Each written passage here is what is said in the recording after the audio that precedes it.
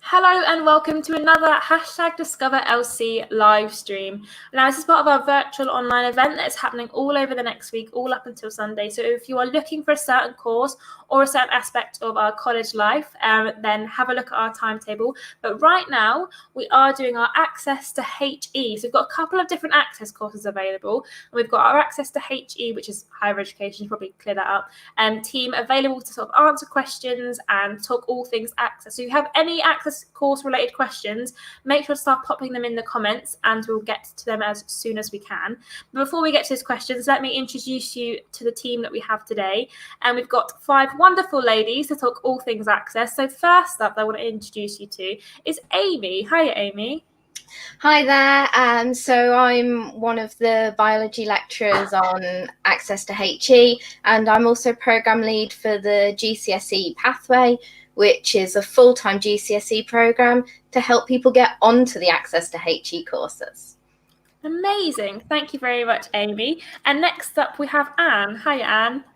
Oh, hello, Ashton. Yes, I'm Anne Bonnell, and I'm the programme lead for the Access Science course, and I teach the chemistry on the courses. I know chemistry is generally a subject that people hated at school, so my mission is to make you love it, okay? Yes, on the Access course, we do chemistry and biology. They're the 2 main subjects. Fantastic. I always used to really like chemistry, but that's because I just like making things that sort of smelled a bit weird, I think. Maybe that's, but each to their own, I guess. Next up in our lovely live stream, we have Leslie. Hiya, Leslie.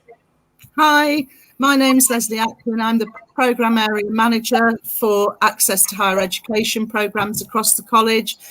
So I help to coordinate all the programmes, but I also teach the history units on the Access to Humanities course. So just like Anne, and people who perhaps didn't like history at school, we do a lot more modern stuff on the Access programme, and usually our students are won over by the end. Fab. Leslie, what's your favourite sort of era of history to teach? What's your favourite bit? It's modern America, so I actually teach Black civil rights in the USA. Wow, very, very relevant for nowadays then. Extremely relevant, yes. Cool, wow. Next up, we have Debbie. Hiya, Debbie. Yeah, hi. I'm Debbie Saker. I run the Access to Social Sciences and Humanities programme. So I teach the psychology part of the social sciences. So I'll be working with people who are social workers or officers, or they want to do criminology, or they want to do psychology or sociology at university. And I'm also the PL for the humanities part of that, of the pathway. So I'm the personal tutor for those students. I don't teach on that pathway. So I'm the psychology person, really. Cool, perfect. Thanks, Debbie. And sort of rounding off, I think, what is essentially the girls allowed of Access courses, we have Nicola. Hiya, Nicola. Hiya, Nicola. How are you? Hello, everybody. My name's Nicola, and I run the Access Health Professions course. The course is designed for people that want to go into nursing, midwifery and allied health professions. I teach health studies and biology. Fab, thank you very much. So I've sort of come up with a couple of questions to ask you about sort of Access courses, just to sort of clear a couple of things up and really get into the nitty-gritty of what Access courses are and who they're for and what they're for, basically. But if you guys do have any questions while we're going, do feel free to comment them down below, and our wonderful team will try to answer them. They know everything about Access courses, so you can throw any questions at them and they'll do their best to answer them. So the first sort of question I have is more of a sort of specification question, just to talk about, what is the difference from an Access course to a lot of the other courses that we offer. Just to anyone here, what is the difference between Access courses and the BTEC courses that we offer? Do you want me to take that? Of course. So access courses are designed for adult students. They're not a study programme for 16 to 18-year-olds. They're a 1-year intensive programme which give you the skills and the qualification to get to university in 1 year. So they're definitely for adults. You have to be 19 plus by the 31st of August in the year that you want to start. And they're equivalent to A levels. So they're an adults only course and very short and intensive. So just 1 year and you can get to university if you meet the entry requirements. Amazing. So those are for any students that are above 19. So if you're 16 to 18, unfortunately, you are not eligible for an access course, but you can do every other course at the university, at the college even. So there's loads and loads of different things that you can do. Just access courses are not for you. And I to specify what access courses we offer. Can I do an access course with any subject, or are there any specific subjects that are available for access courses? Does anyone like to take this one? We do access courses in a range of, we do access courses in a range of subjects. So we do access to engineering, access to computing, access to business, access to science, access to humanities, social sciences, health professions. So 7 different access programs that run across college at the moment, and each one, follows the same pattern in terms of the requirements and how you will study. But it really does depend on what you want to do at university as to which one you choose. So it's always a good idea to know what degree course you want to do. And then obviously we will guide you on to the right access course for what you want to do. Amazing, cool. So it's definitely worth sort of tracing it back and starting where you want to finish, and then moving the way back to sort of what access course is gonna fit you. So obviously we've got access to humanities, access to science here. Is there in humanities very much history, just history, or is there elements of other humanities in there as well? No,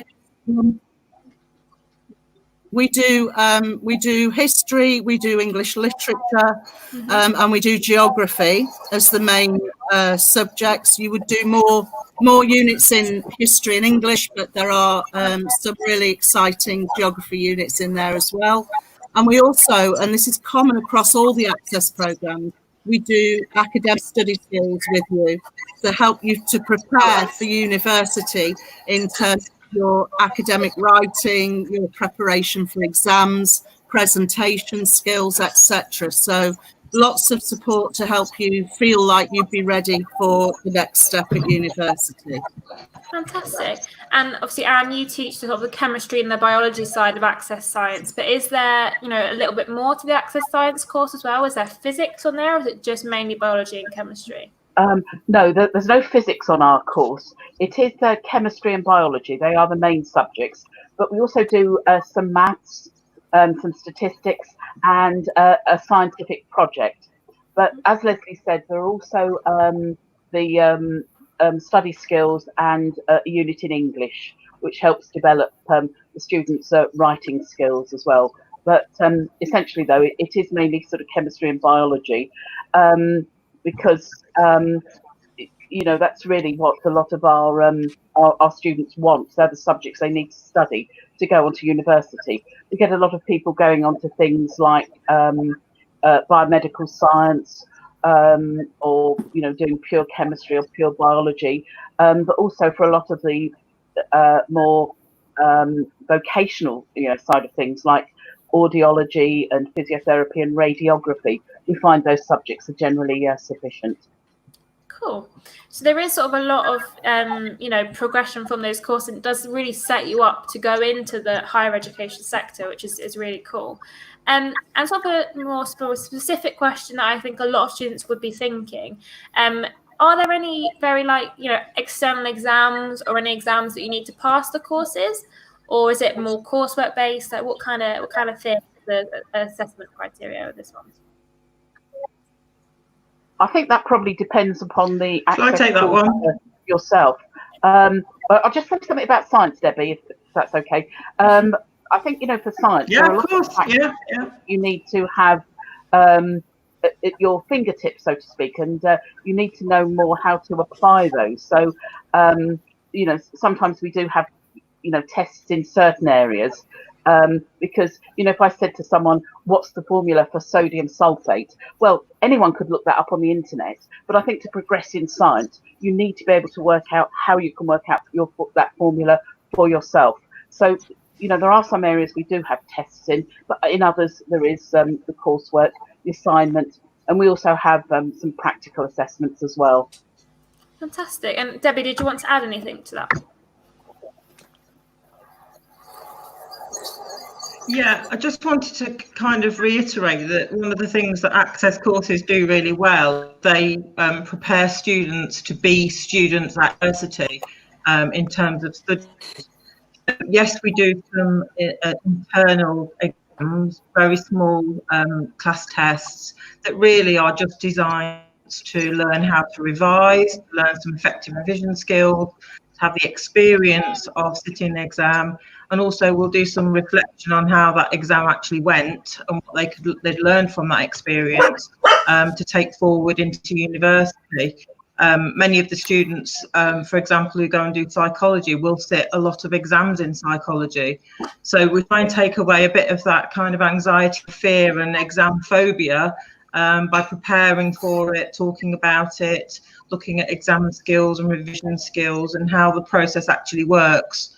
And then that important thing of reflecting on it afterwards in a written piece of work and really thinking about how successful their performance was, how they can evaluate that and move forward into the more systems at university. And I think that's a really important part of Access, is that preparation for being a university student. Yeah. Has anyone else got anything to add? I know that Amy's dog is really eager to tell you all about the exams, but has anyone got anything else they'd like to sort of add to that answer? No? Cool. Perfect. So the next question I have, will students have to come into the college every day? Is it a certain amount of hours a week? Is it on a certain day? How is it sort of set out during the timetabled sessions?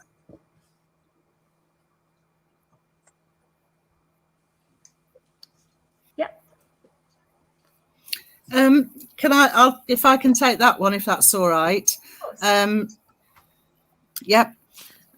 We obviously, additionally, we would have had our Access students in for 3.5 days a week, with the expectation of some extra study in the other days. So we would run courses from Monday to Wednesday, and other groups from Wednesday to Friday, for example. It's going to be a little bit different from September. You will still have face-to-face teaching, there's no doubt about that, but for the first term, until we find out what's happening and what the government guidelines are, it'd be a mixture coming into college and also work, but none of that's finalised yet. But we would like to reassure students that they will still have court sessions. So that's very important to say at the moment. But it is usual times, and we haven't got there yet in terms of knowing what's going to look like just yet. That's totally fine. Obviously, everything is a little bit up in the air with a lot of our courses at the moment, because we don't know what September's going to look like. But obviously, as soon as we know what's going on, if you've applied, you'll know relatively soon after us. So don't need to worry about that right now. You're not feeling left out. We just haven't got the information for you yet. But when we do, you will have it. So our next question, obviously with certain courses, there's quite a lot of sort of practical elements of it, especially with the science courses. But what is the sort of written work to practical work balance like for things like the science and healthcare courses?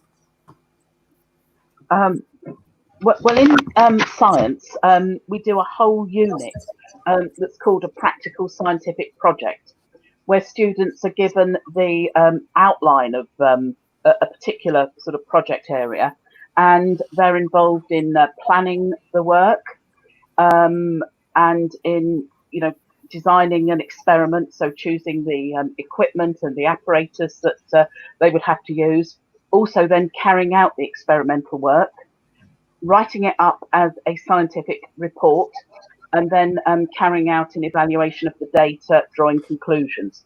So this is extremely good, preparation for students who want to go on to, do a pure science course at university. And it's also good preparation for them, perhaps when they're going out into industry. So that's a whole unit that they do.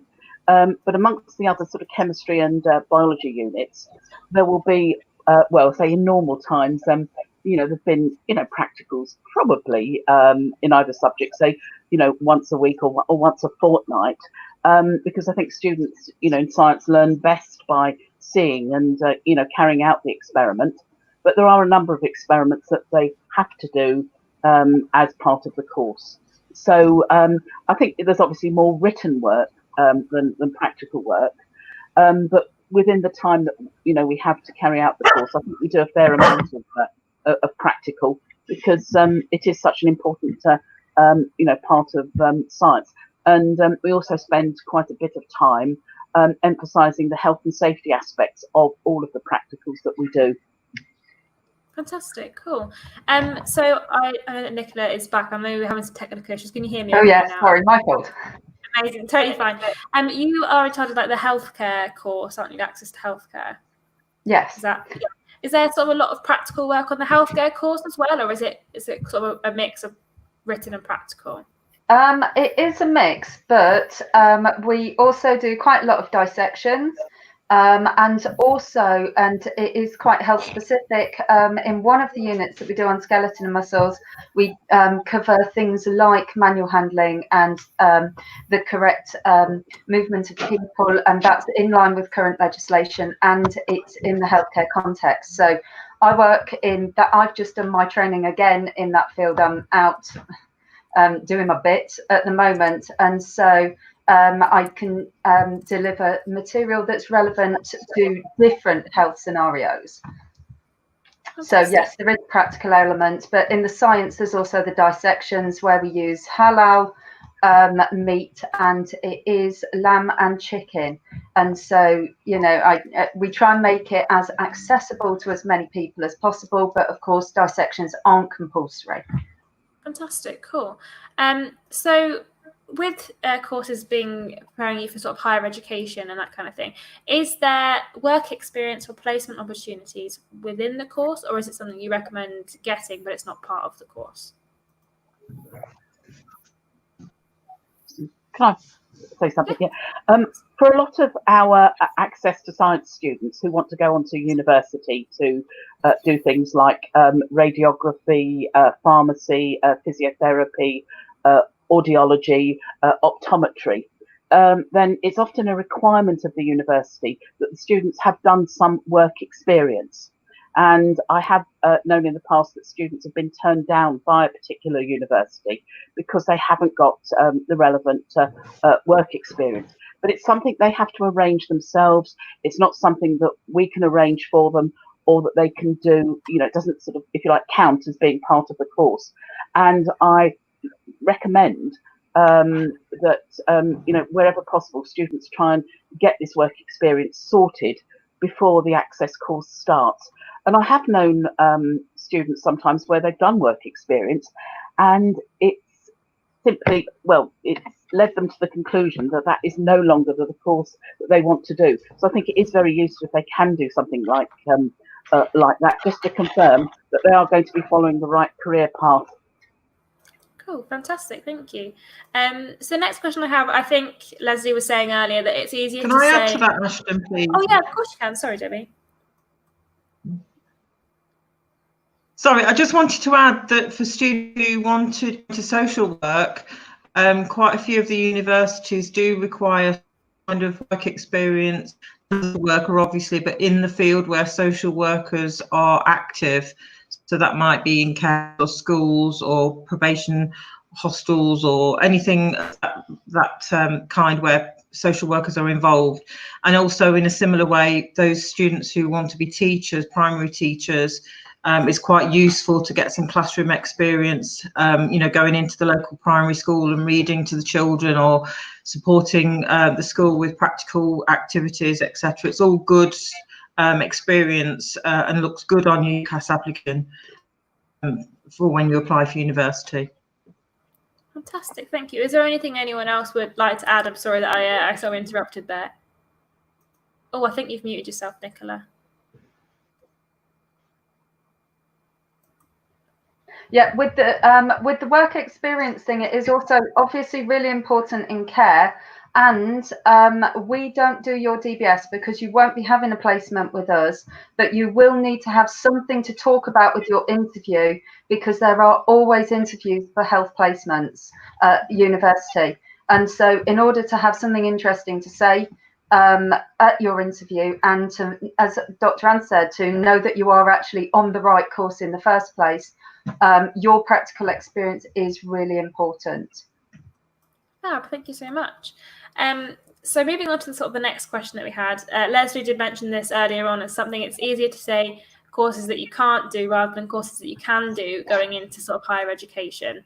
So is there any course that really stick, or any examples of students going on to higher education that really stick out in your mind as ones to note, as the way that Access can take you into higher education? I had a student a few years ago who, her aim was to be a doctor, but you can't get onto, a straight medicine course at university, from Access Science. But there are roundabout routes. And this particular student, she did the biomedical science degree at De Montfort University, and then was offered a place on the accelerated medical degree at Warwick. And she was also offered a PhD in biological sciences at Leicester. Now, I think in the end, she decided for family reasons, she decided to do the Leicester PhD. But it is possible to, perhaps get onto one of these accelerated graduate medical courses if you do really well in your first degree. Fantastic. Yeah, I have a friend who's currently studying pharmacy, who's now going the roundabout way to do medical to be a doctor, which is really cool. But yeah, so I think Leslie was saying the only course that sticks out as course that you can't do from an Access course is medicine. But like I said, there is a roundabout way of doing that. Is there any other progression routes that you think are really popular into higher education for any of the other Access courses? Maybe for humanities or anything? Do you can I just I don't mind. answer this one? A lot of the students that come on to social science courses are interested in criminology, which is a really interesting course. But it is really worth the student thinking about what they might want to do after criminology. There are lots of options, but it's useful for students to look at those carefully. For example, some students think they need to do a criminology course in order to be a police officer. And in some cases, that's true. You can do a criminology for policing course, but there are other routes into policing. It's not the only route. Similarly with psychology, there are lots and lots of places you can go after psychology, but it's worth thinking about that before you apply, because if you want to do, for example, be a counselling psychology, you might want to be doing a Bachelor of Arts or a BA psychology course rather than a BSc, a Bachelor of Science psychology course. If you want to be a practicing psychologist, there's lots of things that you need to look at to ensure that your course lives up to the expectations of the British Psychological Society. So it's really worth students doing lots of research before even they come on their Access courses to make sure that the degrees they want to do are going to get them to the place that they want to go. So like somebody said earlier, look at the career path that you want to take and then tailor your educational experience to fit that, rather than blindly taking a course that you think is going to get you there. You really do have to do your research, and that's really important. Fantastic. Thank you, Deborah. Did you want to say something as well? Oh. Yes, Leslie? Sorry. That's all right. Well, we'll go in order. It's fine. Sorry. Yeah, just from my experience, particularly on the Access to Humanities course, one of the most popular courses that our students go on to is education. So there is a hope that they will be either primary school teachers or they will take a first degree in a curriculum subject and go on to secondary. And obviously humanities is ideal for that because English, history and geography are core curriculum subjects, which means that they're in very good stead. But one of the subjects that's really taken off in terms of progression from humanities over the last few years is politics. Again, very, very pertinent. But politics and international relations has become a real boom choice for HE courses. So the humanities pathway does enable students to go on to those types of courses, and law and creative writing and literature, and you know, human geography courses. I mean, there are so many progression routes from our access courses that, as I say, it is a good idea for students to choose what they want to do as a career, see what degree they need to do, and then come to us and we can get them on the right course. Fantastic. And Nicola, would you like to talk a little bit about that? I'd just like to add that over the last 3 years, anyone graduating in nursing or midwifery is guaranteed 100% that they will be employed by the NHS, and they will be employed within discipline. So you actually have the choice of where you want to work, and you'll know where you're going to work at least 3 months before the end of your course, because the health trusts come in to the universities scouting for candidates before they graduate. So you are, once you graduate from your degree, you are guaranteed a job in health. So it is really good for if you actually want to definitely get something from your degree straight away. Yeah, fantastic. Okay, so the next question I have, and I think I'll also give Amy the chance to sort of talk a little bit about the degree pass as well, if her dog will let her. But we have, so what are the entry requirements for the access courses? Okay, so almost all of the access courses require the GCSE in English language and GCSE in maths. For access science, having a science GCSE or some kind of science qualification is strongly preferred. And for access health, at least 5, including English, maths and a science. Not everybody that wants to go on to access has those already. And that's where the GCSE pathway can really help out. Instead of taking 2 years like schools would to do GCSE set, we again condense that and make that quite intense. So it's just 1 year. So even if you've not quite got all of the qualifications to get onto your chosen access course, you could still do GCSEs and access in the same amount of time it would normally take to do A-levels. Cool, thank you very much. Pretty much covers it. Smash out the park there, Amy. And no dog interruption, which is great. It's like they knew. They're like, I'm going to leave this for you, and then I'll be back in a second. So the next sort of question I have, something along the lines of applications and entry, is will students have to come for an interview in order to get onto the courses? Obviously, in the current situation, interviews are a little bit more difficult than beforehand, but is an interview something that students normally have to do to get onto an access course? I'll give this one to you, Leslie.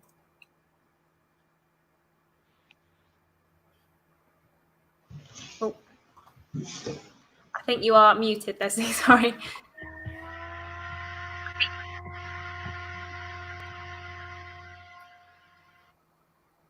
There you are. Sorry about that. We do pride ourselves on our advice and guidance in access programs, because obviously we want the right students to be on the right course for what they want to do. So the interview and pre-entry assessment process is really, really important. And that's traditionally what we've always done. We've always seen students both as a group and then with an option of one-to-one support and advice as well. So that's what we've done, and we did that up until the middle of March when the college closed. We have got students who've applied since then that we are making kind of conditional offers to them if they meet the entry requirements, but we still want to be able to give those students the opportunity to have the same information about the course and to meet the tutors. How that's going to work out, we still don't know. We will be back in hopefully by the end of August, and whether we have to do some virtual or some face-to-face interviews, we would certainly like to be here to be able to offer advice and guidance for Access students, because they'll have a lot of questions. The trouble is, at the moment, some of the ones around timetabling, etc., are difficult to answer because we're not quite at that stage of knowing what it's going to look like in September. Cool, thank you very much, Leslie. So the last couple questions now that we're sort of getting on to, but will students be able to get some funding or some funding help with paying for the Access courses? Would you like this one as well, Leslie, if I pass it on to you?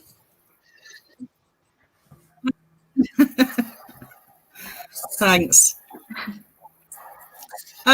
Yes, well, Access programs, there's kind of 2 or 3 ways of paying for the course. One is that the fee remission that you can get for the course if you're aged 19 to 23 and you haven't yet got a full level 3 qualification. So under those circumstances, you wouldn't pay any fees for your course, for your Access program. If you're 19 and above and you have got a level 3, or if you're 24 or above, you would need to take out an advanced learner loan or an adult learner loan.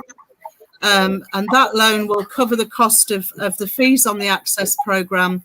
But the good thing about that is that you can have that loan will be written off should you go on to university and complete your degree. So that portion of your student loan for the Access program will be written off. So that's a unique thing for Access courses, and it is to encourage adults to come back into education and be supported. Of course, the third option is that some students do pay for the courses themselves. But in the vast majority of cases, we either students take a loan out or they get the fee remission. So it's very straightforward to get onto an Access program and pay the fees for it. Fantastic, thank you very much. So this is sort of the last question I have now, and it's quite an easy one because there is just like a 1-sentence answer for this one. But how do students apply to the courses? Online. There we are. Yeah. I'll answer that. Yeah. Amazing. Go Cool. for it, Deb. But yeah, so it's just online, which is fantastic. All of the courses and all the Access courses that we've talked about today. Oh, Deb, would you like to say something? Sorry.